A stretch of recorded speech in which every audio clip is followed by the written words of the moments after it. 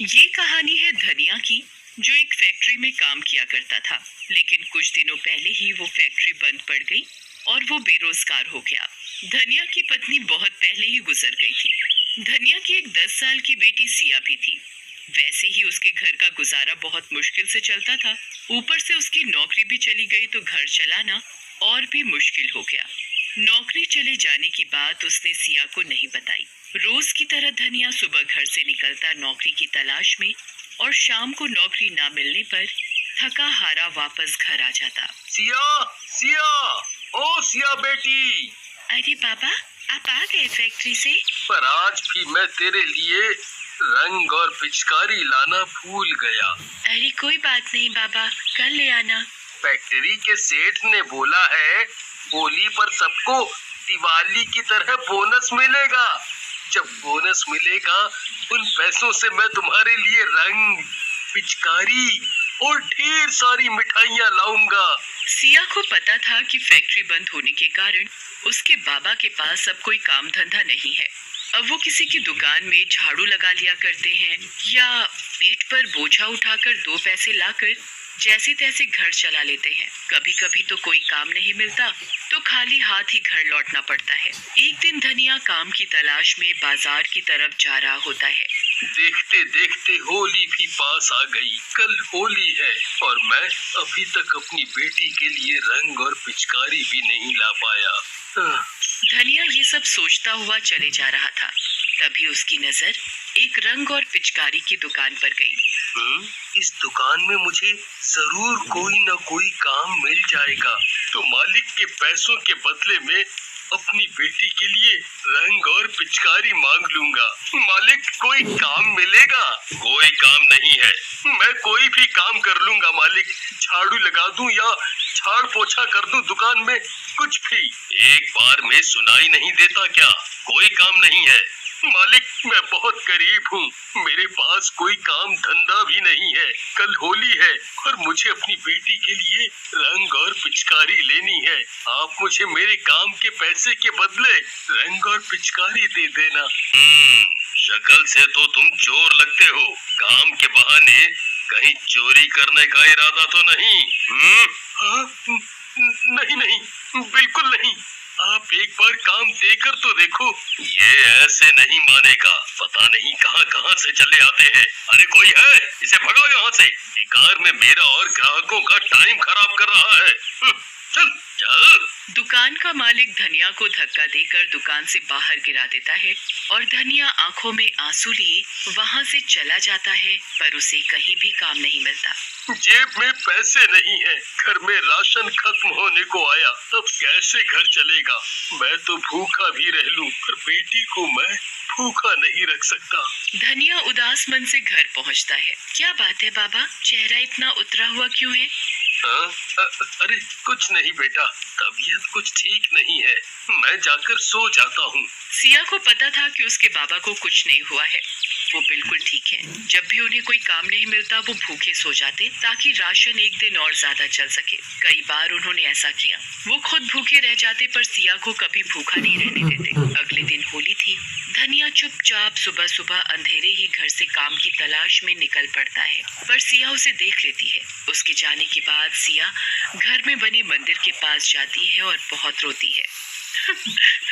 माँ, मेरी तो अपनी माँ भी नहीं, पर तू तो पूरे जगत की माँ है, तो मेरी भी माँ हुई ना। एक बेटी झोली फैलाकर अपनी माँ के सामने भीख मांगती है कि मेरे बाबा को दुख मत दो, वो बहुत दुखी है। माँ, मैं तुझसे कोई धन दौलत नहीं मांगती, पर मेरे बाबा को कोई काम दिला दो जिससे वो 2 वक्त की रोटी खा सके। कल रात भी मेरे पापा बिना खाए सो गए।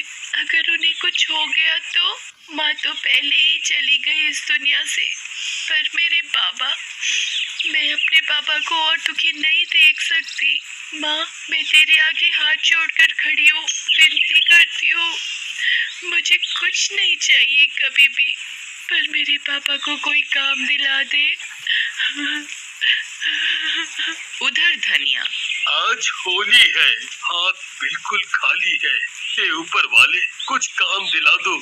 2 पैसे हाथ में आए तो अपनी सिया बेटी के लिए मिठाई और रंग लेकर जाऊं।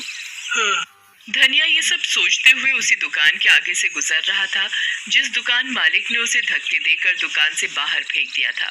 उसकी नजर फिर से दुकान में रखे रंग और पिचकारी पर जाती है।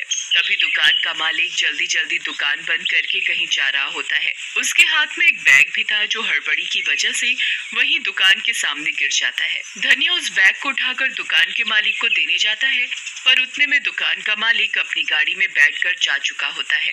धनिया बैग खोलकर देखता है। अरे बाप रे, इतने सारे पैसे! इन सारे पैसों से तो मेरी सभी समस्या हल हो सकती है। इन पैसों से मैं सिया के लिए ढेर सारे रंग और पिचकारी ले सकता हूँ। पर उसके मन में कई सवाल भी चल रहे थे। नहीं नहीं, ये ठीक नहीं होगा। पता नहीं किस काम के लिए उन्होंने ये पैसे अपने पास रखे हों। ये सोचकर धनिया उस दिशा में बैग लेकर भागा जिस दिशा में मालिक की गाड़ी गई थी। पर धनिया को तो दूर दूर तक मालिक की गाड़ी नहीं दिखी।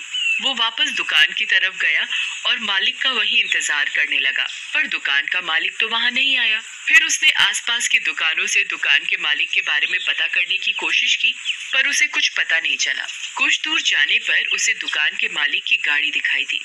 अरे, ये तो दुकान के मालिक की गाड़ी है। चलो, मेरी मुसीबत तो दूर हुई। ये बैग उन्हें वापस करके बोझ हल्का करूं। वो ये सब सोच ही रहा होता है कि तभी उसकी नजर दुकान के मालिक पर पड़ती है। वो अस्पताल के सामने खड़े थे और उनके साथ एक औरत भी थी जो उसकी पत्नी थी पूजा। वो दोनों ही बहुत रो रहे थे। धनिया भागता हुआ उन दोनों के पास पहुंचा। मालिक, मालिक, आप इस बैग के लिए ही रो रहे हो ना? देखिए मालिक, आप मुझे चोर नहीं समझिएगा। मैंने ये बैग चोरी नहीं किया। आप अपनी दुकान से बहुत जल्दी में बाहर निकले तो ये बैग वहीं नीचे गिर गया था। धनिया की बातें सुनकर और उसके हाथ में बैग देखकर दुकान का मालिक चौंक गया। हम इन पैसों के लिए नहीं रो रहे। हमारा एक ही बेटा है, उसका एक्सीडेंट हो गया है। उसे बहुत चोट आई है। वो जिंदगी और मौत से जूझ रहा है। डॉक्टर ने बोला है उसका खून बहुत बह गया है। खून की जरूरत है उसे, पर हम दोनों में से उसका ब्लड ग्रुप मैच नहीं हुआ। एक आदमी बड़ी मुश्किल से खून देने को राजी तो हुआ, पर बदले में उसने बहुत सारे रुपए मांगे। ये रुपए उसी को देने के लिए थे, पर अस्पताल पहुंचकर मैंने देखा कि रुपयों से भरा बैग जो मेरे हाथों में नहीं था, बिना पैसों के वो आदमी खून देने को तैयार नहीं हुआ और यहाँ से चला गया। उन दोनों की बातें सुनकर धनिया की आंखें भर आईं। मालिक, मैं दूंगा आपके बेटे को खून। आप मेरा टेस्ट करवा लीजिए। क्या पता आपके बेटे का ब्लड ग्रुप मेरे ब्लड ग्रुप से मिल जाए। धनिया का ब्लड ग्रुप मालिक के ब्लड ग्रुप से मिल गया। उसने मालिक के बेटे को ब्लड दिया और मालिक के बेटे की तबीयत में सुधार आने लगा। तुमने मेरे बेटे की जान बचाई। तुम्हारा एहसान मैं जिंदगी भर नहीं भूल सकता, ना ही इसकी कोई कीमत दे सकता हूँ। फिर भी इस बैग में जो भी रुपए हैं वो सब तुम्हारे हैं।